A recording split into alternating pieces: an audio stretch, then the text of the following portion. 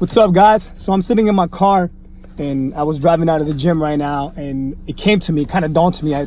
Something came to me, and something that I want to do is anytime I get anything on my mind, I'm just going to spill it out on a video. If I feel it's worth sharing, I will share it. If not, I'll just keep it for myself, knowing that I was able to put my thoughts out there. So the album I'm listening to right now, a hip-hop album, as a lot of you guys know, I listen to a lot of hip-hop. It's from an artist called Method Man. It's late. The name of the album, it was called Y2K 2000 Judgment Day. Okay, and it kind of made me think of what the year 2000 meant to a lot of people. I'm not sure if you guys are old enough or whatever, if you guys remember the hype about, when the year 2000 would come here, and as kids we would have movies, television shows, everything that will have the title 2000. So this 2000 became a huge thing, and it started like having control over the way people lived their lives. A lot of people, I remember in 1999, December 1999, before the ball drop and all that, people were in shelters under their houses. They had stocked up their houses with food. Like, people were literally obsessed with this whole theory that was put behind the year 2000, that the world was going to end. And everybody was scared, and it was pretty much living with the anticipation of that. And what made me think is the same state that we continue to have with our health and wellness when it comes to food and dieting, where every once in a while a brand new fad or diet takes over. And scientifically speaking, do they have parts of it that would work for a human being when it comes to weight loss and fat loss? Absolutely.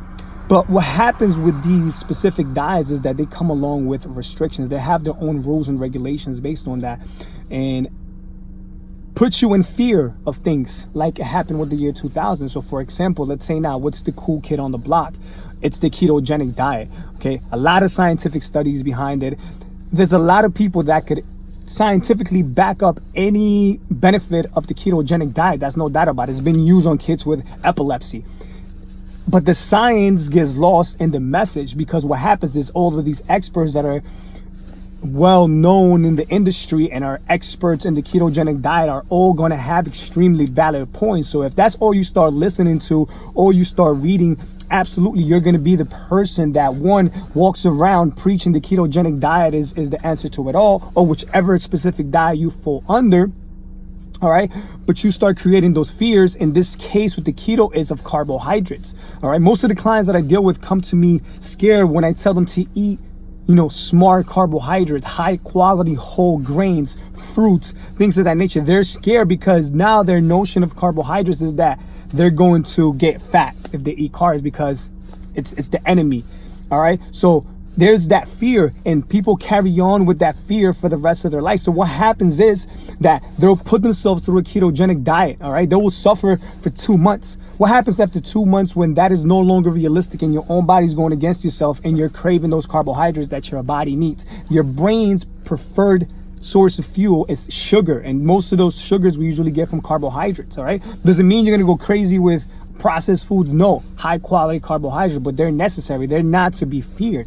All right, now if you're somebody that could say you're gonna practice ketogenic diet for 10 years, have been doing it for 10 years, then guess what? You found what works for you specifically. You were able to maintain that. It is a sustainable way of living. For 99% of the people that I deal with, that I coach on a daily basis, this is not a sustainable way of living. It is not.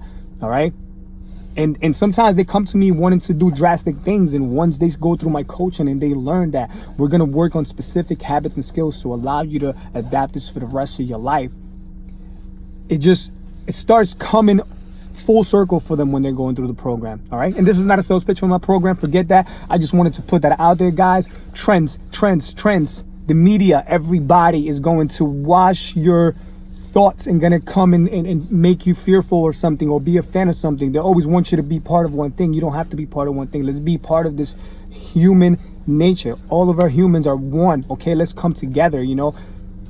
Personal connection, loving one another. And when it comes to nutrition, just experiment one habit at a time and figure out what works for you. Whatever works for you and you could do, keep it. Everything else, keep it out, guys. All right, guys. One love. Sorry this video was so long, but it was on my mind and I had to do it. Peace.